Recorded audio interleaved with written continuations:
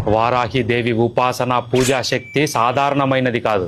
అతి మహిమాన్విత శక్తి కలిగిన ఆ తల్లిని అత్యంత జాగ్రత్తగా ఎలా పూజించాలో, ఎలా పూజించకూడదో, ఆ దేవి ఉపాసన శక్తి ఎలాంటిదో ఈ వీడియోలో తెలుసుకుందాం. లలితా సహస్రనామంలో ప్రస్తావించబడిన కిరిచక్ర రథారూఢ దండనాద పురస్కృత అయిన వారాహిదేవి శ్రీచక్రంలోని 5 ఆవరణాల యంత్రాన్ని అధిష్ఠించిన తల్లి.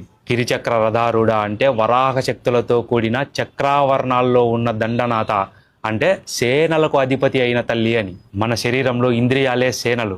ఇంద్రియ శక్తే దండనాథ అయిన వారాహిదేవి. భగవంతుడి వైపుకు తిరగకుండా ఇంద్రియాలను పట్టి ఉన్న దుష్ట శక్తులను దండనాథగా దండించి ఇంద్రియాలు అనే సేనలకు దివ్య శక్తిని ప్రసాదించే తల్లే ఆ వారాహిదేవి.